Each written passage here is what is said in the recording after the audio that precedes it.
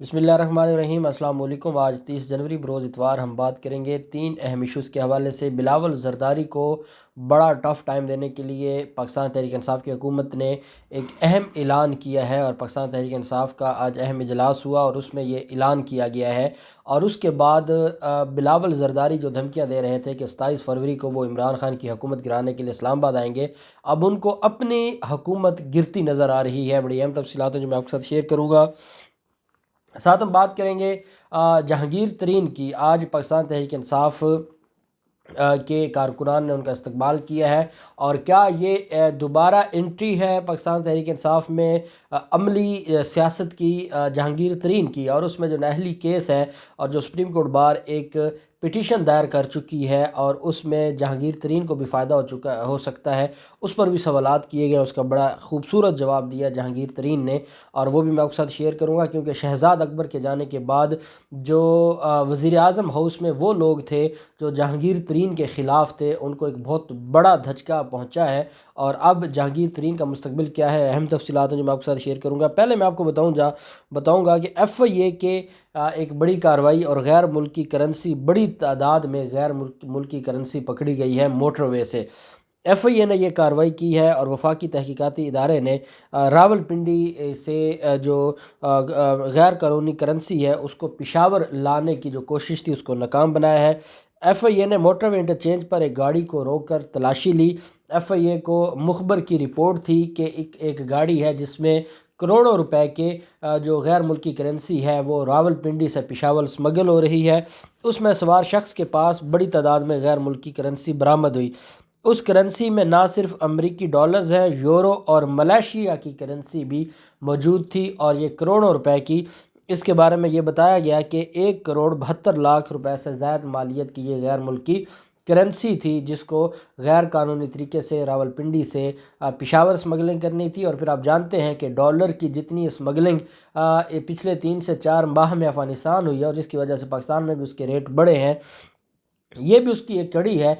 FIA का ये कहना है कि जो डॉलर माफिया है, हम उनके ख़िलाफ़ जो कार्रवाइयाँ हैं, पहले भी पिशावर से 16 लोगों का एक गैंग पकड़ा गया था FIA की तरफ से। और FIA ने यह बताया था कि ये 16 लोग वो थे जो इस सारे के सारे धंधे में मुलव्वस थे। इनको डॉलर माफिया का नाम दिया गया था। जो गैर मुल्की करेंसी है, अमरीकी करेंसी, उसको ना सिर्फ उसकी मसनूई किल्लत पैदा करते थे बल्कि महंगे दामों उसको फ़रोख्त करते थे अफ़गानिस्तान में। और इस वजह से डॉलर की कमी हुई पाकिस्तान में और रेट भी दिन ब दिन बढ़ते गए। ये उसी सिलसिले की एक कड़ी है जो ये कार्रवाई की गई है FIA की तरफ से। और FIA ने कहा कि हमने मुकदमा दर्ज करके ना सिर्फ हमने इस मुलज़िम को गिरफ़्तार करना है बल्कि इसका जो पूरा गिरोह है, गैंग है, हम उनको भी पकड़ेंगे और हम किसी को नहीं छोड़ेंगे।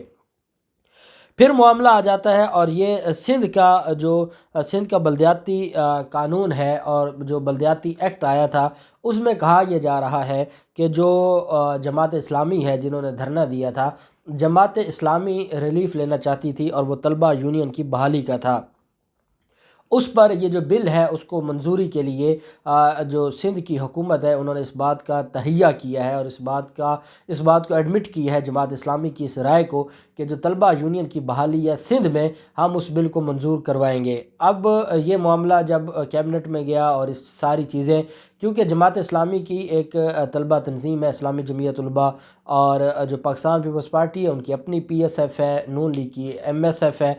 तो ये वो जमातें हैं ये जो हमेशा तलीमी इदारों का माहौल ख़राब करने में मुलव्वस रही हैं। अब अगर तो ये जो मामला है कि आपने तलबा यूनियन बहाल करनी है, तलबा तंजीमें होना बुरी बात नहीं है और हमेशा स्टूडेंट्स को जो स्टूडेंट्स पॉलिटिक्स है वो करनी चाहिए, लेकिन जब यूनियन बहाल होती है तो यूनियन बहाली का नुकसान ये होता है कि फिर इलेक्शंस आ जाते हैं। जब इलेक्शन, जिस भी तबके में इलेक्शन का धंधा शुरू हो जाए वहाँ लड़ाइयाँ होंगी, फसाद होगा, कत्लेआम होगा और जो इन्वायरमेंट है यूनिवर्सिटियों का, कॉलेजेस का, वो तबाह बर्बाद हो जाएगा। लेकिन क्योंकि प्रायोरिटी अमन व अमान कायम रखने की नहीं है पाकिस्तान पीपल्स पार्टी की, इस वजह से जमात इस्लामी के साथ उनका मुका हुआ है। अब लोग ये भी कहते हैं कि जमात इस्लामी सिंध में पाकिस्तान पीपल्स पार्टी के लिए जो राह हमवार कर रही है अगले इलेक्शन के लिए, इस वजह से जो मुआहदा था पहले उन्होंने इस मूवमेंट को उठाया, बलदियाती जो कानून है जिसको काला कानून कहा गया था, और उसके बाद फिर उससे ये पीछे हट गए। दूसरी तरफ अब पाकिस्तान पाक सरजमीन पार्टी PSP के चेयरमैन मुस्तफ़ा कमाल ने रेड जोन सिंध में धरना दे दिया है और उन्होंने जो फुआरा चौक है वहाँ पर जलसे का ऐलान किया था। जलसे में कारकुनान की बड़ी तादाद ने शिरकत की और उसके बाद उन्होंने धरने का ऐलान कर दिया। उन्होंने कहा कि मैं वज़ीर आला हाउस अभी नहीं जाऊँगा, मैं यहीं बैठूँगा, अगर मैं अकेला भी रह गया तो मैं यहाँ पर बैठूँगा और मैं तब तक नहीं जाऊँगा जब तक ये जो काला कानून है बल्दियाती एक्ट इसको ख़त्म नहीं किया जाता। मुस्तफ़ा कमाल की तरफ से ये भी कहा गया और ये पै दर पै जो मुश्किलात हैं ज़रदारी माफिया की, जो हमेशा जिनको कभी किसी ने टफ़ टाइम नहीं दिया था और अब उनको सिंध हाथों से निकलता नज़र आ रहा है, यही वजह है कि वो बड़े खौफ में हैं और बिलावल ज़रदारी हाथ पांव मारने के लिए आज सरगोदा पंजाब आए हुए थे।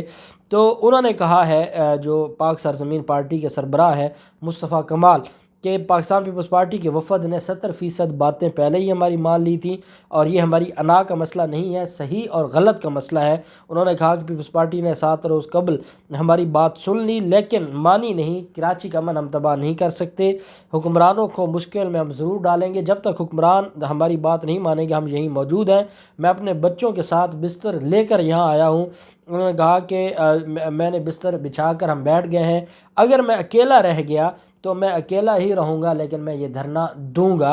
और उसके बाद पाकिस्तान पीपल्स पार्टी पहले जमात इस्लामी का धरना ख़त्म करवाया था, दूसरी तरफ जो उनके ख़िलाफ़ बड़ा धरना है वो शुरू हो गया मुस्तफ़ा कमाल का। साथ पाकिस्तान तहरीक इंसाफ और जो MQM है, MQM पहले सराप एहतजाज है, अब पाकिस्तान तहरीक इंसाफ ने भी भरपूर एहतजाज का ऐलान कर दिया है। पाकिस्तान तहरीक इंसाफ ने सिंध में बल्दियाती कानून के ख़िलाफ़ भरपूर तहरीक चलाने का ऐलान किया है। आज इजलास हुआ असद उमर की ज़ेर सदारत और असद उमर की ज़ेर सदारत जो इजलास में ऐलान किया गया कि 26 फरवरी को घोटकी से कराची तक लॉन्ग मार्च किया जाएगा और कराची में धरना दिया जाएगा।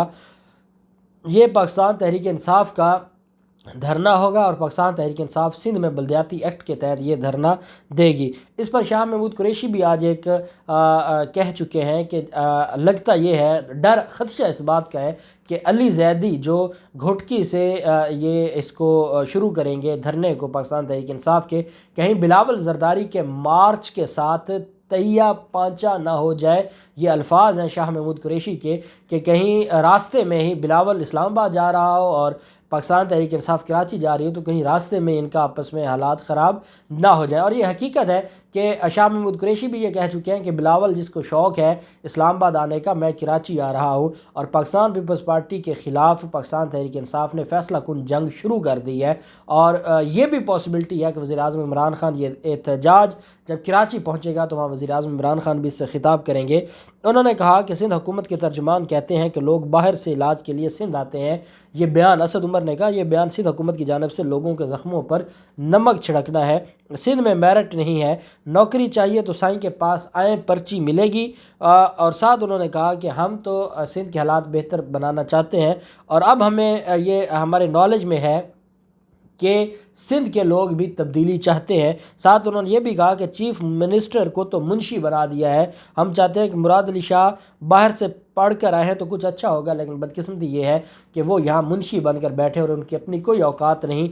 जो होता है वो बिलावल हाउस से ही फ़ैसले होते हैं और उनकी कोई अपनी औकात नहीं है।